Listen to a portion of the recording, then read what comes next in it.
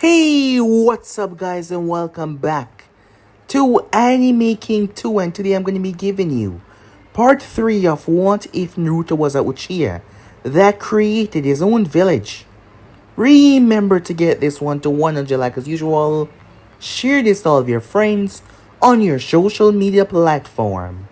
And also guys, if you're new, I indeed have 5 channels that I post What If on every single day for you guys to enjoy.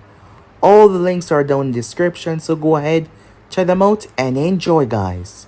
I've already posted a brand new series over on Anime King of What If Naruto had the Pearl Release Bloodline, so go ahead, check out that and enjoy. And I post a brand new episode of What If Naruto Was Neglected with a solo leveling system, so go ahead and enjoy that as well guys. And remember, if you're new, go ahead and destroy that red subscribe button and become a part of the Anime King family. And thank you for all of your help and your support. So without further ado, let's begin this now guys.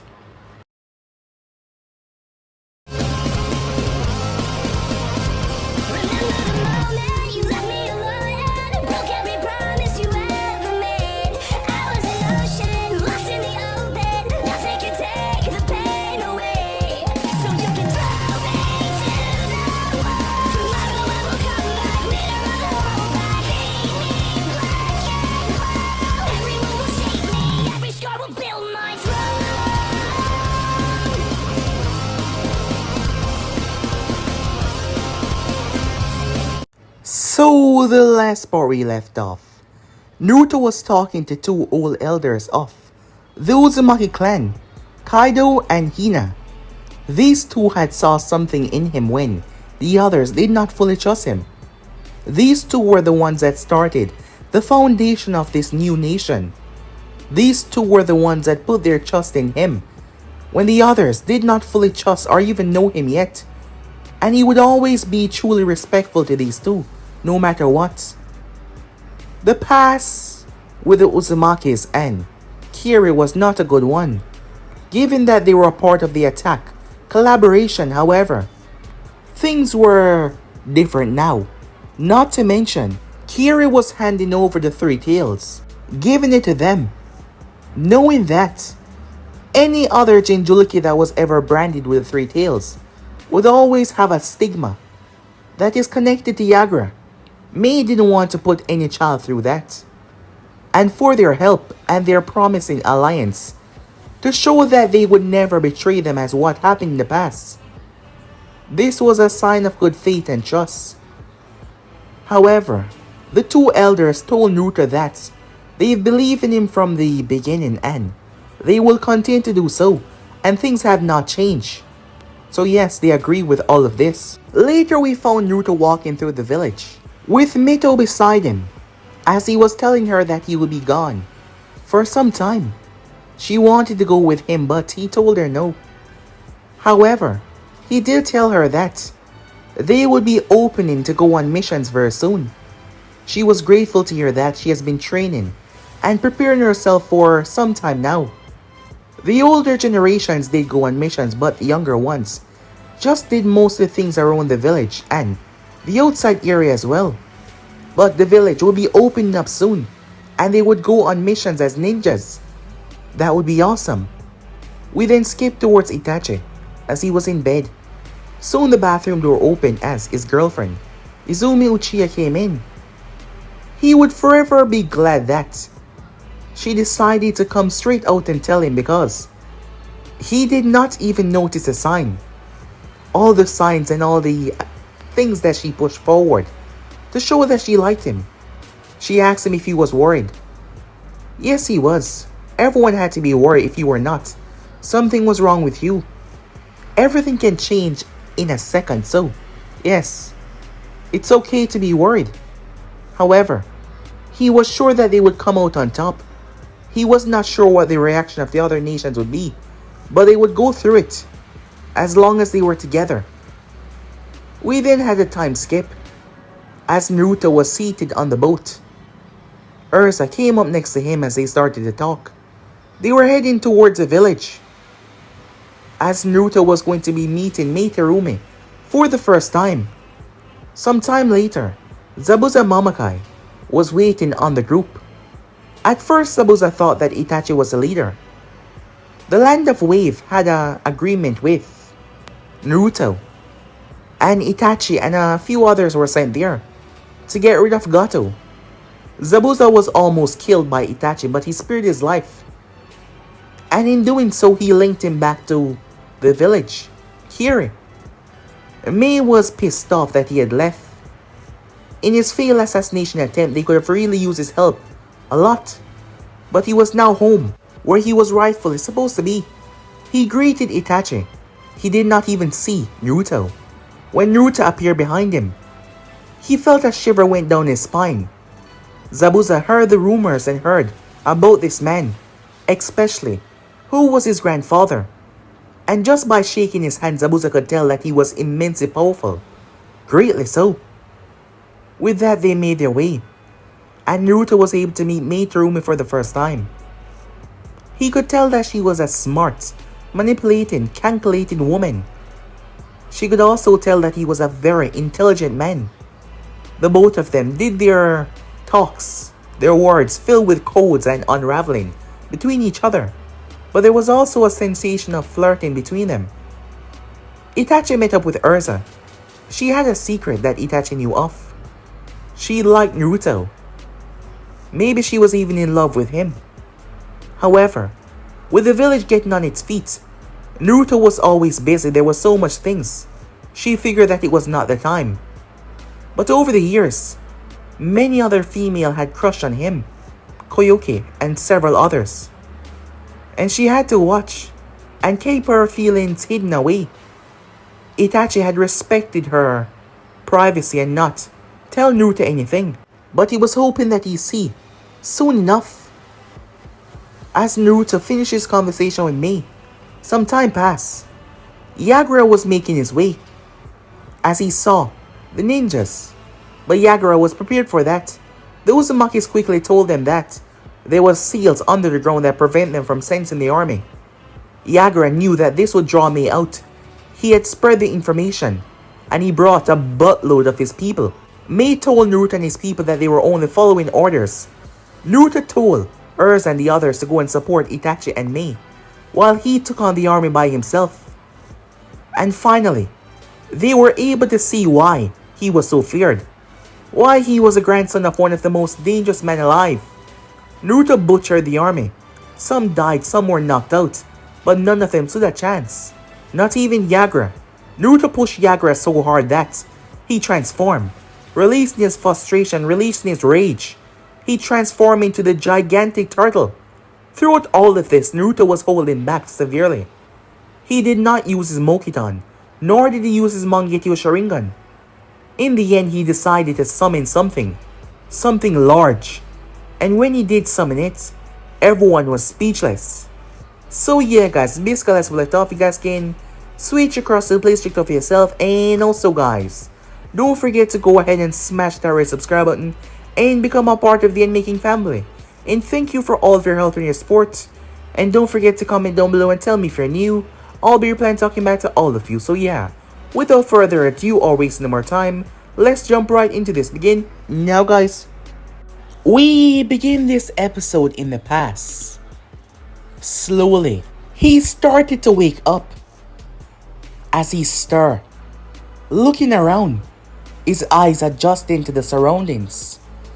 He was in a vast, lush forest, the mightiest of all the current-tailed beasts. Opened his eyes fully to the world. He could feel them tugging on his chakra, removing him safely from that child. He heard voices every now and again. Her seal was designed that way. But finally, he was free. But he had no idea where he was. His senses picked up on something as he looked down. It was barely noticeable. It did not have the malice or the hate that one would think it'd have. However, this chakra was so familiar, and he knew exactly who it was. His palm came down, obliterating a section of the forest. He growled angrily as he yanked his head back, throwing the person off of him. The person slowly descended down towards the ground. Kurama swiped through the air, intending to rip him to pieces. However, the person was already gone, teleported away, as he calmly landed a distance away. Can we now have a conversation? Kurama roared. You're the offspring of that accursed man. I'll rip you apart, he said, as he charged forward. Hours upon hours. Kurama was shocked that more people did not come their way. He was releasing tail beast bomb after tail beast bomb. Yet, as mighty as he was, he could not defeat this opponent. Pure raw strength, he had that. Obscene amount of chakra, he had that. And yet he could not bring this opponent to his knees. When his eyes changed, Kurama expected to be placed under an illusion, but he did not. Instead, he used his eyes for something else. That raw, unbelievable power that was stored in that small little frame. And Kurama felt it. It was nothing like that accursed Uchiha Madara. It was different. It was prideful. It was strong. Unbreakable. Yet it was calm, flowing with a gentle flow, yet ravenous when it wanted to be. They fought. Time seemed to stretch on as they fought. Kurama did not understand how. How was this human still standing? They fought. They continued to fight. They fought again and again and again. The human always returned for more. Kurama finally reached his limit as he collapsed. He was exhausted. It would take him a while to refill his chakra. Standing a few feet away from him was none other than Naruto Uchiha, glancing towards the beast. His eyes had returned back to their normal state. His clothes did look a bit ragged, and there was a few marks on him, but other than that, he was fine. And Kurama could tell that he was not using the full power of those eyes. He used the same ability that accursed first Hokage used. Yet, he did not try to bind him. He only used it for defensive measures. He had so much power that could suppress him, but yet, he did not. Kurama found that odd, but he still despised him because of his eyes and his blood. Now that you're quite tired out, let us have a conversation. Why don't you come closer so we can talk, Kurama said. I'll stay right here, thank you, said Naruto. I know that you despise me. You probably see my grandfather when you look at me. I've heard about what he did to you. However, I'm not gonna spin any bullshit and tell you that. You can trust me because I'm different. I know that will never change your mind. So, every single day, I'll come back here and we'll fight until you finally give me the chance to explain myself. Kurama turned his head with a snort, like he would ever listen to a damn Uchiha. Days after days, days turned into weeks, weeks turned into months, and months turned into years. Kurama didn't get it. How could one human be so resilient? Why was he doing this? It was driving Kurama mad. He had the power to control him. His accursed grandfather did the same, so why? Not that Kurama wanted to be controlled, but he did not understand this human. And he refused to believe what he was feeling, but fighting this human, he felt like he was standing close to his father. But that was absurd. No human could ever be like his father, but why? Why was this? The day finally came. What do you want? Kurama roared out, shaking the surrounding areas. Naruto stood there as he took calm deep breaths, calming himself. So, you finally ready to talk? Talk about what? What the hell do you think I have to talk to you about? Well, it's simple. I want to be friends. Kurama narrowed his eyes down towards him, very dangerously. Back to the original time. It was hard to get people to trust you. However, more so, someone that was used and manipulated, that being Kurama, by your very family. Of course, he would be hateful. However, a lot of years has passed that led up to this point. At the moment, the remaining ninjas of Kiri backed away in fear. When the loyalists saw that Yagura transformed, they thought it was over. They thought that he was going to crush everyone in his path. But they were wrong. This newcomer summoned the goddamn nine tails. Made Terumi was shocked, her mouth open wide, as all the fighting ceased. This was truly a shocker. Itachi and the others were of course not shocked, having known much details about the inner workings of what was going on. As Kurama bellowed out of the smoke, his gaze glancing upwards as Naruto stood on top of his head. "What have I told you about standing on top of my head?" he said, as Naruto glanced down towards him. "Come on now," he said. "I thought we were past this. After all, I summoned you to handle your own brethren. I could have taken him down already, but I figured that you could stretch your legs," Naruto said. After all, he had the Mokiton, so it would be rather easy for him to take down the three tails of all beasts.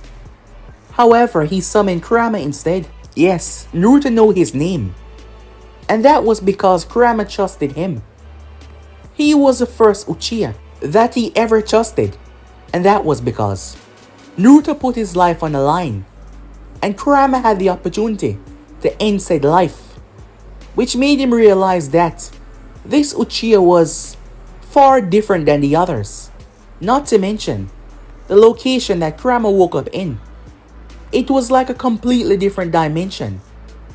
A place that he could have all to himself, where no pesky humans would try to capture or imprison him ever again. And Naruto had made sure that would never happen. The Uzumakis came up with a seal that would prevent anyone from sealing Kurama ever again.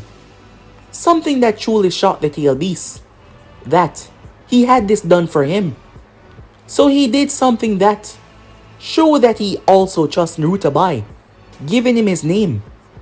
A long time ago, his father had told him that someone like himself would come and reunite all of them. Kurama did not know about Naruto's feelings about bringing the tail beasts together, but he had to say this human was close to that person as anyone else. The three tails hopped on its side and started to spin. Despite the great danger in front of it, Yagura was livid, believing that he could still somehow win this. Kurama did not move as he held out both of his hands and caught the damn thing. He lifted the three tails off the ground before bashing it back down with tremendous force. The three tail was skippy though, as it bounced right up. It spun in mid-air before coming down trying to flatten Kurama. Kurama spun as he gripped into it with his claws. He turned, his massive tails causing a massive gust that blew away a horde of ninjas. He then threw the thing and released a beam from his mouth. It slammed into the shell.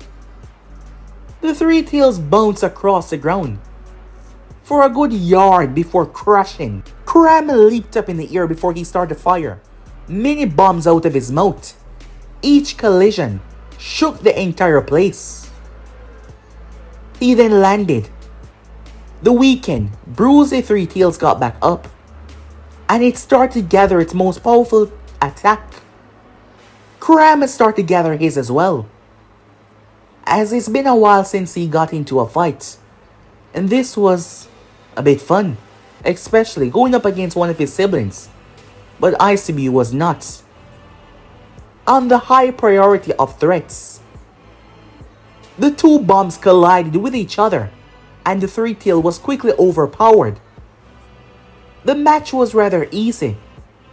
Yagura was forced to return back to normal.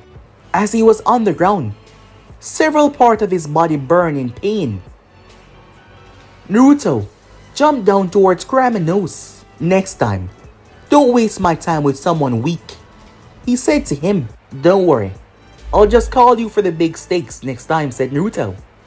"By the way, you might be getting a friend in your new home." "What?"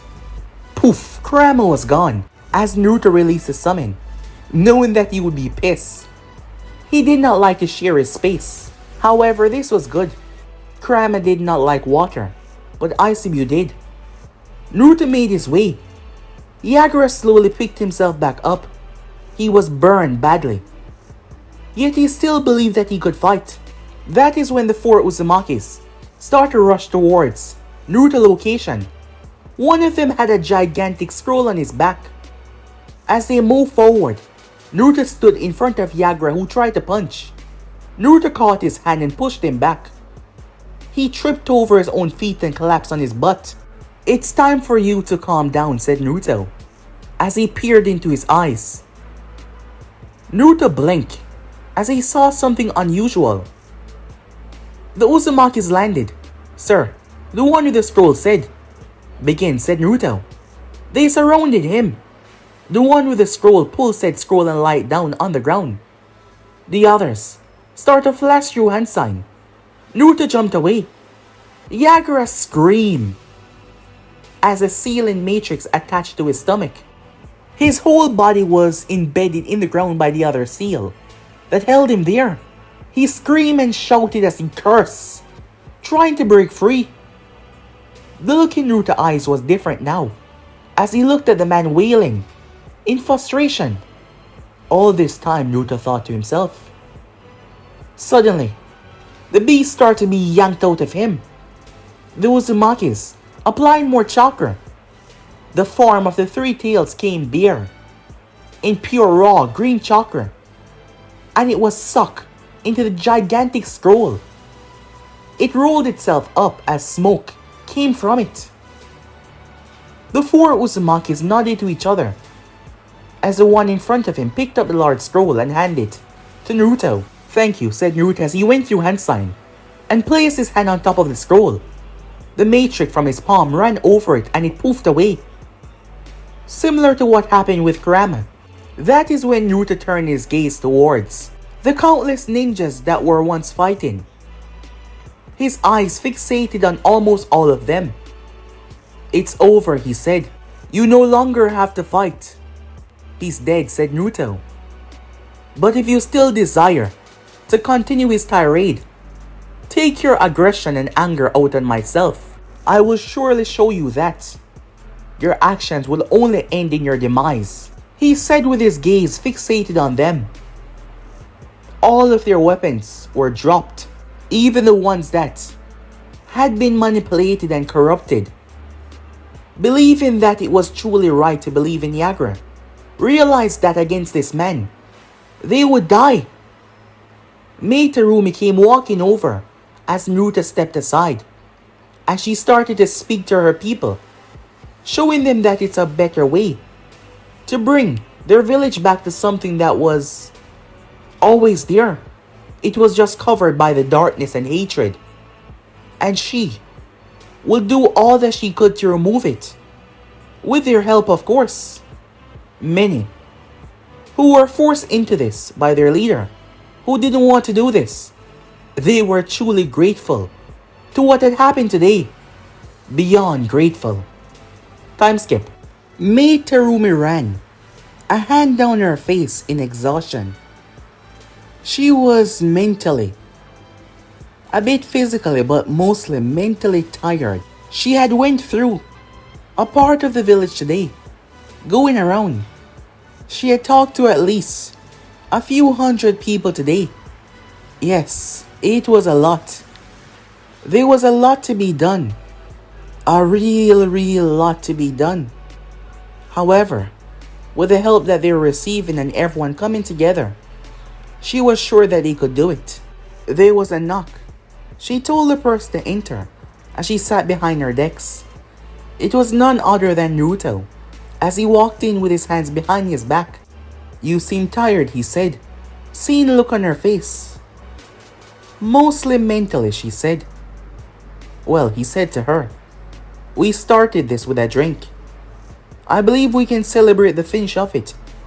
"With a drink," he said as he pulled the drink from behind his back. She released a happy, content smile. "I could really use that right now." "I know," he said. Moments in, they started the drink. As she was telling him how stressful things were while it was going on. Somehow they have formed this bond between themselves that seemed really deep, despite they just met one another. The more they drank, the more their flirtatious attitude increased between them, to the point where the both of them moved towards the couch over to the side as they sat down. They got closer and closer. The more they drink, the more they talk, till Naruto's hand somehow find its way, resting on her thigh. Something that she did not seem to mind in the slightest, as the both of them were letting their ambitions slip slightly, with drinking so much alcohol. Here they were, two village leaders. Something that is never so often that someone could trust someone so quickly. Granted, they have been conversing through their people for some time now, but they just recently meet one another and yet they seem so close. She glanced down toward his hand that was still calmly on her thigh. "You know," she said, "it is mostly unwise for village leaders to get together in case of that relationship not turning out as they desire. The villages might suffer in the long run," she said to him. "Well, that's in terms of relationship," said Naruto, as his gaze fell on her. He was clearly checking her out. "But there is nothing wrong with two respected village leaders just having some fun," he said. May looked at him as she slightly licked her lips. All hell seemed to break loose. The next thing, she was picked up by Naruto, the both of them making out as she wrapped her legs around his waist. He placed her on the decks. He used his right hand to hit everything off down to the ground as he lay her flat on the decks, as he started to kiss trails going down her neck. While that rather heated session was going on, Urza was making her way to find Naruto. She wanted to speak with him. She was told that he headed this way. He figured that she was speaking to the Mizukage. Perhaps he had already left. She was told that he had there quite some minutes ago, maybe up to an hour now. However, as she arrived outside near to the office door that May reside in, she heard sounds, curious sounds, as she placed her ears against the door. Her eyes widened as she quickly realized what was going on. She left. There were tears in her eyes as she left. Naruto was unaware of this.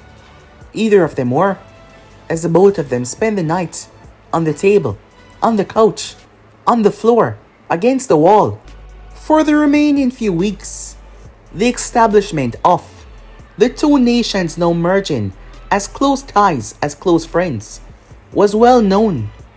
May was able to draw much of the population and their help to making sure that she could fix this village, that she could bring peace. She knew that it was not going to be easy, but things were coming a long way. However, Naruto had to return back home. Yes, they had to return back home. At the moment, as Naruto walked with Itachi, he glanced over towards him. Itachi looked towards Naruto. "Something on your mind?" he asked. "Yeah, actually. It's about Urza." Itachi remained calm as he heard Naruto say that, wondering if... "Is she pissed at me or something?" Naruto asked. "Why would you say that?" Itachi said. "She's been acting strange." Strange how? I've seen the both of you interact while you're here. Yes, that's just it. A normal person wouldn't notice, but we've been friends for an extremely long time now. And I can see the signs. Did she say anything to you? No, Itachi said. So you're not sure why, huh? Said Naruto. Why don't you just ask her? Itachi said to him. After all, the both of you are good friends, I'm sure. She will tell you if anything is wrong. As Naruto continued to walk, they arrived at the gate. Mei Terumi and her entourage were there to see them off. As Naruto and her held hands as they shook hands, smiling at one another. They would see each other plenty in the future, but now he had to return back home. Naruto's gaze was fixated on hers, as she had that look in her eyes. They took a while to release each other's hand. Once that was said, he said his goodbyes, and they made their way off. Once they were back on the ship, Naruto made his way towards the front center, as he saw Ursa sitting by herself. He made his way as he sat next to her. She did not react like he was there, as he gazed out towards the sea. Are you okay? He asked. Yes, I'm fine, she said. How long have we known one another? Naruto said, looking towards her. Why does that matter? She asks. I'm just trying to make you understand that I know you a lot better than you think. And for the past couple of weeks, you've been acting off, he said. She turned towards him.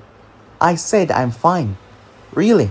You're just reading into something that is not there. See? I'm fine. There is nothing to hassle yourself over. I am 100% okay. Alright then, said Naruto. Don't tell me what is bothering you. She snapped her gaze towards him, trying to look angry. As Naruto chuckled at that look. Why are you laughing? Can't you see I'm serious? She said to him. I can't help it. Your face just makes you look cute, he said to her. She blinked, hearing him say that. You look like a cute bunny. She punched him in the shoulder. You know, normally, people don't hit their leader, he said to her. And normally, a leader doesn't call their subordinate a cute bunny. I can't help it, he said, as she punched him once again, as she took a breath and gazed out toward the sea. I'm fine, really, she said. It's nothing. Alright, said Naruto. But I'll be here if you need to talk. I'm always here, remember that, he said to her. Yeah, I do, she said. As he got up and made his way back, she watched him leave. No one else would notice her behavior change, but he seemed to notice. He always noticed. This was not the first time he was calling her cute or even beautiful. Yet, when he said those words, he did not say them as someone that looked towards someone they were interested in. And that made her angry. And yet he could see things that other people could not. He could tell when she was upset, even if she tried her hardest to hide it. He seemed to know her inside and out, and yet he just met Mei Terumi, and he's already slept with her. What? Was she not hot enough? Did she not show more sex appeal like the other girls? Why didn't he see her as someone to be interested in? Maybe Itachi was right. His mind was just not seeing her as that person. On that night, when he was with Mei Terumi, she was going to ask him to walk with her. And in that walk, she was going to slowly approach the situation. Approach the subject of the both of them, but after hearing that, she got so upset. And she made her way off and did not look back. And now, she didn't know what it was. But every time she had her chance, she failed. She was just afraid though, that what if she said something to him and he don't see her that way? What if he don't see her that way at all? That would just make things a whole lot complicated, and that isn't something that she wanted. She refused to mess things up, the close bond of friendship that they had, even if it means sacrificing the feelings that she felt for him, because she did not know if he liked her the same way. And given the past interactions, he seemed to not see her as a love interest. Not at all. And that made her sad. Time skip. News was something that spread like a wildfire, especially when it was something big. All of the citizens within the village of Kiri had saw the gigantic nine tails. Despite the far distance, the large size of the tail beast allowed it to be seen by all of them. Word was spread around the elemental nation fast. More paranoia, more chaos started to drum up because of this. And the ones that were there, when they returned back to the village, they informed the others of who was riding said beast, of who was leading said beast. Now that was a big shocker that everyone got. It was none other than the Uchiha, Naruto Uchiha. Just like what happened many years ago with his grandfather controlling the Nine Tails, they believe it to be that case. Now that was a truly frightening news for the other nation. It was said that Yagura was taken down.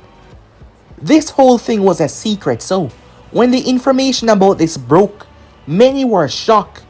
For one thing, if the Uzumakis and the Uchihas were a lie, for them to trust Kiri after what happened in the past, this was a truly shocking news. As the time passed, many people tried to find out. However, Kiri borders were shut for the first time in a long while. May was having the village rebuilt and everything be put back in its place. She knew, with the recent discovery and the recent word, there was no doubt in her mind that they would be coming, people from all over, to find out what was going on. Speaking of people from all over, Jiraiya of the Sanin was currently unable to enter the village grounds. The man stood there. There was a gigantic barrier that was erected. Jiraiya felt strange when he came near said barrier. He could touch it, anyone could. However, as he rested his hand on the barrier, he felt the same feeling when he entered Sage Mode. The barrier was running on natural chakra. Yes, and therefore, he thought he could disrupt it, but he failed to do so. The high-level Fuinjutsu that was put into this barrier was none other than a Uzumaki doing. The village was being rebuilt and being prepped for them to reopen it back to the world after all the chaos that's been put through. In doing so, majority of the village was closed off. There was only a small section that was not protected by the barrier, and that was a gate, and that was guarded by a dozen ninjas. On the walls, on the manning posts, Jiraiya had no doubt in his mind that they would refuse him to enter. However, the man was not pleased. He was angry, livid. But doing something like trying to charge in there would just end up causing chaos between this village and Konoha, with his reputation right in the middle. The reason why he was pissed though, Mito was dead. There was no doubt about that. The Nine Tails had been extracted from her. Hiruzen had briefed him about the friendship that Naruto was trying to build with her when she was in the village. Jiraiya believed that this was all just an act, a trick, for him to have her trust, and when the time came, he took her. He convinced her to come with him because she trusted him. Then he took the Nine Tails right out of her, and he's now using it. He used it to help the people of Kiri, and Jiraiya had no doubt that they were going to support him now. However, the man was not pleased. Mito was his goddaughter, and he failed in watching over her. He failed so big. Time skip. At the Hidden Leaf, Hiruzen Sarutobi was seated in his chair. With this recent news, the whole elemental nation has been turned upside down. It was pure chaos. Yes, pure chaos all over. The news were causing more feud from the past to rise. And now knowing that the Uchiha had the nine tails, fear started set into everyone's heart. Utter, agonizing fear. The whole nation was abuzz at the moment. As for Hiruzen, he did not know what to think. He was one of the few that knew the close relationship that Mikoto Kushina and Naruto share. So he understood why Naruto had looked after Mito, why he was there for her. However, now hearing that the Nine Tails was free and under his control, could it all be some sort of plot? No, he refused to believe that. He wouldn't do that. As ruthless as he was in other endeavors, he saw that girl as a younger sister, and he sought to protect her. However, the Nine Tails was out. However, Hiruzen believed that she was alive. The Uzumakis, their knowledge in Fuinjutsu, is far greater than any other. Perhaps they found a way to keep her safe. However, this raised a lot of questions, and it was going to cause a lot of backlash.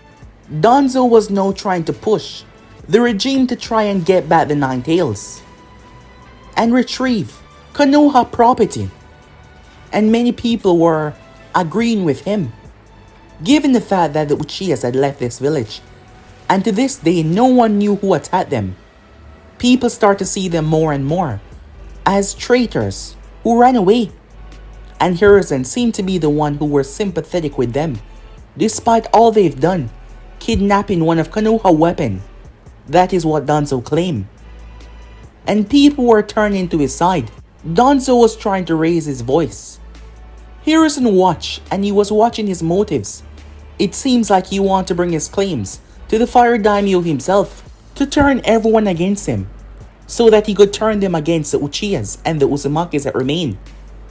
However, Hiruzen knew there was a better way to sort this out, rather than going straight to violence, something that he did not desire, but he knew in a short amount of time, the other nations would make a move, especially now after seeing the might that this clan possess. He had no doubt about that. Time skip. For the past few weeks, every word that was on people's lips was the rising of this new nation that was already in contact with so many others. They were becoming powerful, financial, and military-wise.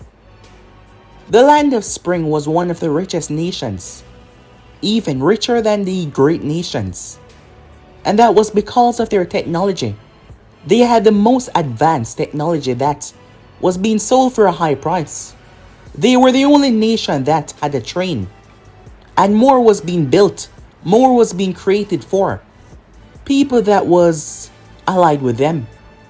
And as of this moment, there was no doubt in the people's mind that this new nation was allied with them. Well, the leader's mind and the high up members, because civilians had absolutely no idea what was going on. But things were getting really bad. Until something rather shocking happened. The Raikage made his way down. The large, powerful man was walking down some stairs until he finally arrived at the analytic and decoding room. They spent the past few hours going over it to the best of their ability, bringing in all of their members that knew about Fuinjutsu to make sure that it wasn't a trap. Hours after hours. The Raikage greeted the man that was there, the head of the department, a man who seemed to be in his late 50s. Sir, after hours of research, we found nothing that links and to show that this is a trap. The Raikage looked towards what they were studying. It was a simple letter. The problem was where the letter came from. It was from the Uchiha nation. The Raikage was confused when he heard that name, having absolutely no idea what that was until further investigations was done. This was the combined Uzumaki and Uchihas. Uzuchi. That was their name. And this man, who was calling himself the Ki no Kage, that itself was a bold move. The great nations had to come together for them to acknowledge another nation, for them to acknowledge another leader, but this man was proving to them that he did not need their acknowledgement, because whenever a new village is formed, a leader, a mayor, when they sided with another nation, they become allies and they acknowledge them. But in doing this, he was saying that he did not need any of their acknowledgement. The Raikage took the letter. After their thorough tests, it turns out that nothing was set, no booby trap, nothing at all. The man opened it, right there, as he read over it, his eyes scanning through each letter, trying to find anything to make sure that he didn't miss a single thing. The Raikage walked off without acknowledging any of the other men there. He simply made his way off, his mind buzzing with thoughts. Basically what it said, it was a mere greeting from Naruto Uchiha, asking if they could sit down and speak to one another. The Raikage was surprised that this was happening, that he would ever send something like this. He had no problem in coming to his village. That was the surprising part, given the past ingression with part of that new nation.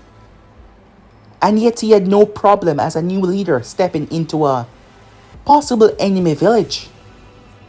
The Raikage was wondering what kind of game he was playing. He needed to know. However, this could be a move where he could find out a lot more and truly understand what is going on, and perhaps even find out where exactly they're located, because he wanted to know that. Meanwhile, at the hidden stone, Oniki was baffled when a bird had came towards the gate. An unusual bird. It seemed to have sentience, great understanding, more than their normal messenger birds. After thoroughly checking the letter for a full day and finding out there was nothing that would set anything off, he finally read said letter. A letter from the Ki no Kage. No, that was a shocker. This man was already putting himself high up on the food chain. He did not even seek their acknowledgement. That pissed Oniki off. This newcomer believing that he was standing with them. He didn't like that one bit. The most shocking part was he wanted to meet with him. He even specified that he would meet him in his grounds, his perimeter, so they could talk. Was he trying to say that he was afraid of him? That he would not show up to a meeting place? Not that Oniki would, but still. Who does he think that he is? Oniki got more and more angry.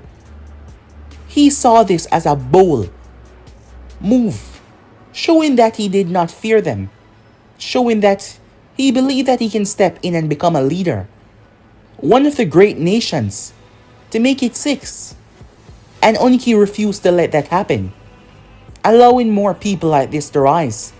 Certain few and other nations would believe that they can do it as well, and try to take the power off the other 5 nations.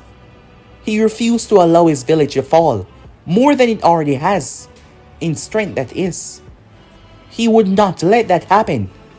As Oniki thought about this meeting, if they were to have it, as he thought about the good motives and good ideas that it could bring for him and his people, as an idea started to cook up in his mind, time skip, his eyes slowly opened to the world.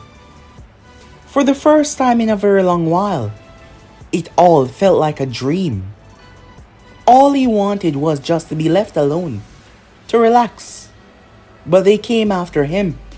He fought, but they were able to trap him. They seal him.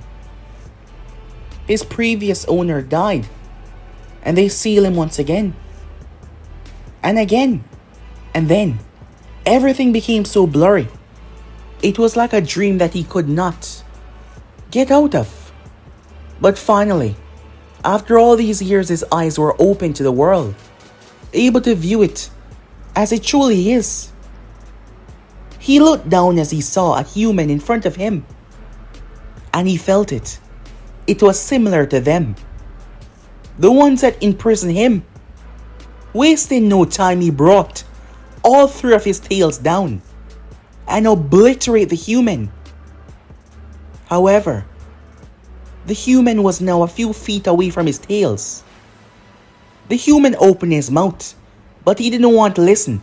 He jumped up in the air and spun, spinning like a gig as he came down. He crashed down on the island. However, three tails crashed right into him, slamming him into the earth. Stop destroying the place.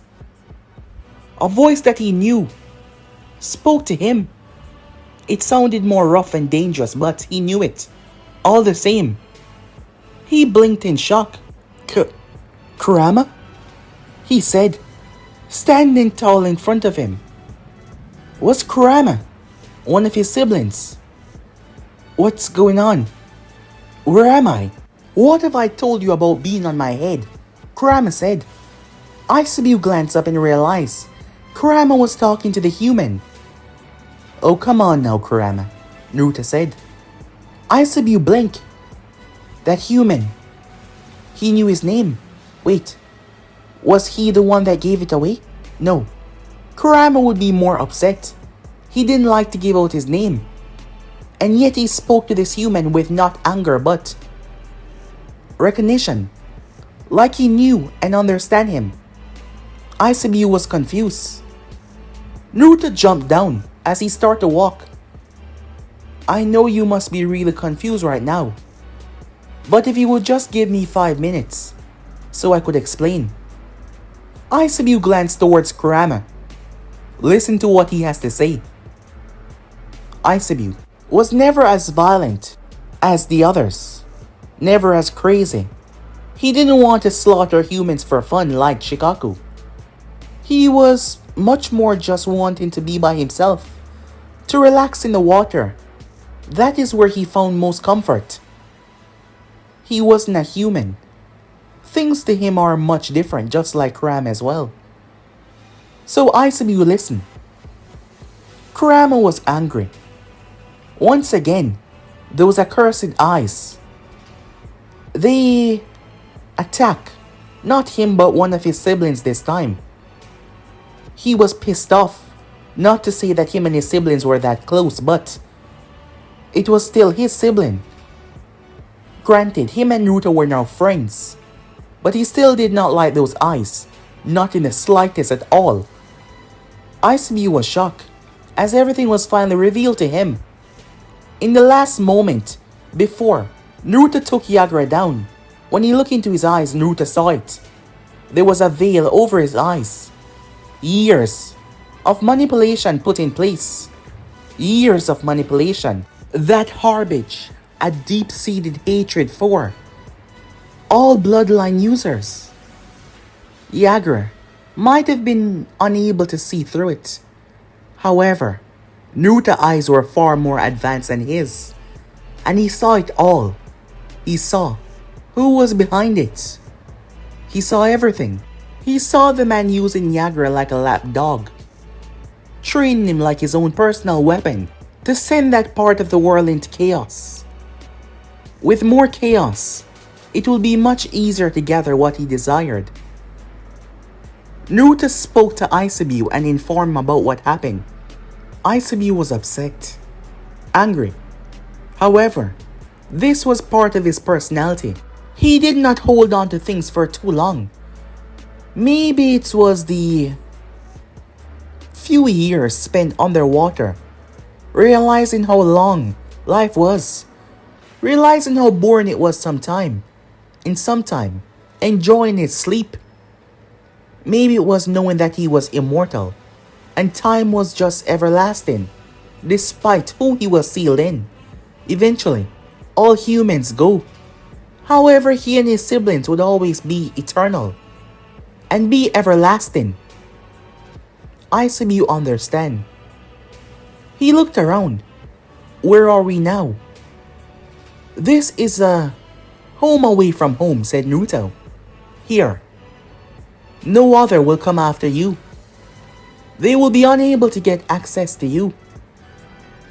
And I will make sure of it that no other can seal you ever again. Isobu was confused. Why are you doing this? He said. You're a Uchiha, like that man. You have the power to manipulate and control us, to gain greater power. Why would you use it to help us? Yes, you're right. I do have that power. I am a Uchiha. But I don't see you as living weapons. Why do you deserve to be locked up and caged away when you have just as much emotion, just as much feelings as any other? That would be like locking away a human child and using them as a weapon as well. Everyone deserves their freedom, deserve to live how they want. And for thousands of years now, you tailed beasts have to go through so much, with the other nations using you for war. However, I'm gonna put a stop to that. To give you your freedom, something that you've always wanted for some time now. This place is a place that you can call home, said Naruto. Isobu looked down towards Naruto. As he focused on him, he glanced towards Kurama, who was resting on his paw. He lowered his head as he looked at him, studying Naruto's features, wondering if this was the man that father told him about. Could it be? He then spoke. You may call me Isobu. Well, Isobu, it's a pleasure to meet you. I'm Naruto Uchiha. Time skip. Naruto was standing by Itachi. His face was serious. He seemed pretty pissed off. So it was that man again, huh? Itachi said. Yes. After all this time, to find out that he was the one behind Yagura. Fit of insanity. Naruto clenched his fists. The last time he approached me, I warned him that if I see him again, I'll kill him. Countless people have suffered now because of him. Yagura. I was able to peer into his mind for the briefest of seconds. All he wanted was to protect his people and to keep them safe. But he was forced into something that he never desired. He had to do it. He could not break the compulsion. After years, it became so strong. It became his identity. It became his goal to annihilate all of the bloodline users. What are we gonna do about him? Itachi said. I'm gonna make good on my promise. I'm gonna kill him. He's put a stain on the Uchiha name for too long. Wait, you know who he is behind that mask? Yes, he's claiming to be my grandfather, but he's nowhere close. But I do believe that he had an interaction with my grandfather. Itachi blinked. But how is that possible? If that's the case, how is he alive? You know, my father told me something once. It was years before I understood what he truly meant. He told me that many times death is what you make people believe it is. Itachi looked towards him. He understood the statement but confused what it meant in this particular sentence. Madara Uchiha never died that day. He lived on for many years, said Naruto, surprising Itachi. And this person was trained by him. I'm not sure what his plan is, but I'll make sure that it never see the light of day. I'll find him and kill him. I'm coming for you, Obito Uchiha. Meanwhile, Obito didn't know why, but he felt a strange sensation. It was almost like someone was talking about him. A weird feeling, he thought to himself. However, he shrugged that off. He's got a lot to do, and so little time, as he made his way off. But guys, be in subscribe right here. If you want to see the next person to do, like, subscribe, comment down below, and turn on that bell notification stay posted. Remember, share to all of your friends in your social media platform. And also guys, don't forget to go ahead and check out the other what ifs of the other channels. I hope you guys enjoy each and every one of them. So without further ado or wasting no more time, how about we leap right into this brand new episode begin? What am I saying? Let's get the hell out of here. See you guys soon. Peace.